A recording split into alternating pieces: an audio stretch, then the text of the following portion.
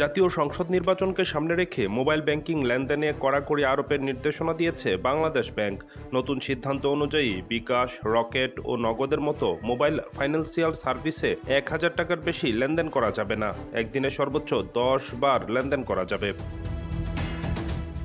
গতকাল রোববার বাংলাদেশ ব্যাংকের পেমেন্ট সিস্টেম ডিপার্টমেন্ট এক সংক্রান্ত এ নির্দেশনা দেয়। এতে বলা হয়, আসন্ন ত্রয়োদশ জাতীয় সংসদ নির্বাচনে এমএফএস ও এনপিএসবির আওতাধীন আইবিএফটির মাধ্যমে পি2পি লেনদেনের অপব্যবহার রোধে সোমবার রাত ১২টা থেকে বৃহস্পতিবার রাত ১২টা পর্যন্ত ৯৬ ঘণ্টা মোবাইল ব্যাংকিংয়ে ব্যক্তি হিসাবে সীমানা নির্ধারণ করা হয়েছে।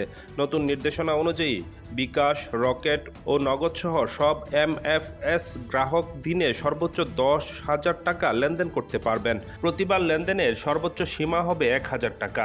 একদিনে সর্বোচ্চ ১০ বার লেনদেন করা যাবে।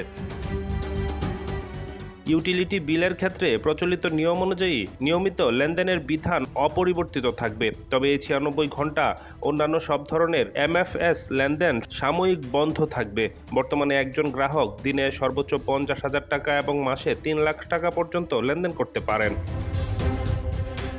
কেন্দ্রীয় ব্যাংক জানিয়েছে, নির্বাচন উপলক্ষে এমএফএস সংক্রান্ত অভিযোগ গ্রহণ ও নিষ্পত্তি সহ প্রয়োজনীয় ব্যবস্থা গ্রহণের জন্য প্রতিটি মোবাইল ফাইন্যান্সিয়াল সার্ভিস প্রোভাইডার কর্তৃক নিজস্ব কুইক রেসপন্স সেল গঠন করতে হবে। এ সময় সব ধরনের লেনদেন এমএফএস প্রোভাইডার কর্তৃক সার্বক্ষণিক নিবিড় পর্যবেক্ষণের আওতায় আনা এবং সন্দেহজনক বা অস্বাভাবিক লেনদেনের ক্ষেত্রে দ্রুততম সময়ের মধ্যে সংশ্লিষ্ট থানায় রিপোর্ট করতে হবে।